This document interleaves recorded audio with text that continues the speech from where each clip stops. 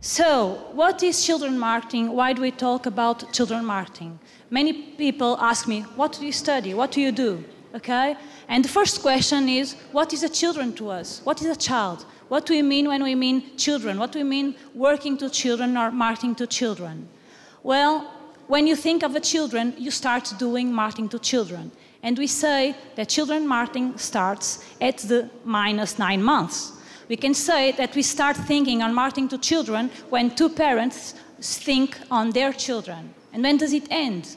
When do we say that we are still talking about marketing to children? Well, it can last lots and lots of years, but normally we say that marketing to children is until 18 years old. Some associations talk about 16 years old, but we consider children 18 years old or more.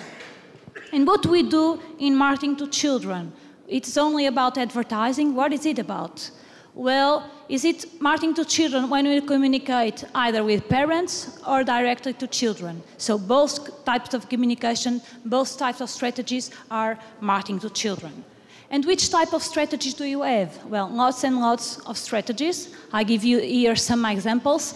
Like, for instance, Channel 1 in USA. Kids, when they come to school, they listen to advertising on TV to see a documentary of 5 minutes. This is how far they can go on USA. Okay?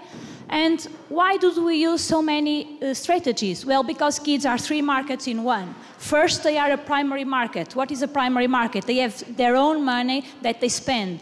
How much money do they have? Well, I have here some figures for Portugal, and I can say that as a primary market, it's the money they have.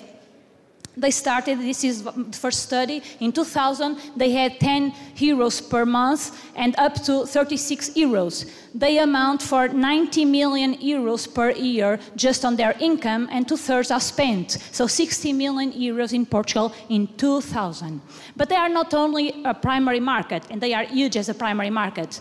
When they reach 7 years old, they influence 70% of the household purchases. So it's not 0.07 of the GDP, it's much more. And moreover, in the future, they will consume all the products. So they are very important as a future market. That's why some companies now in Portugal, and I give an example of ACP, targets, but it's also a brand like Porsche. You only buy a Porsche when you are 40, but you decide that your dream car is a Porsche when you are 15 or 10 years old. That's why Porsche works heavily on children. Okay? And many brands like Porsche, Lamborghini work on children and do this type of cars.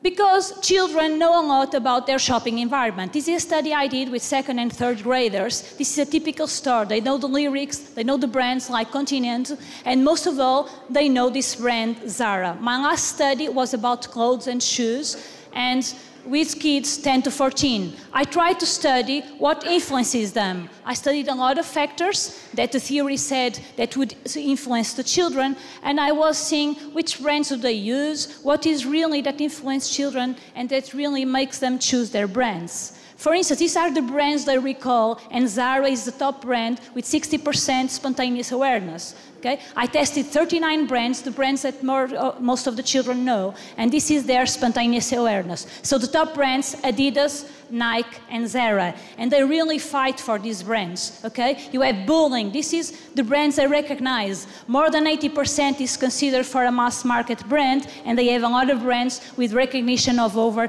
80%. And kids really fight for their brand. That is the problem. They fight for other kids. They all want to use these brands. And this is a problem. This is a problem for their self-esteem. This is a problem for a country. This is a problem for a generation.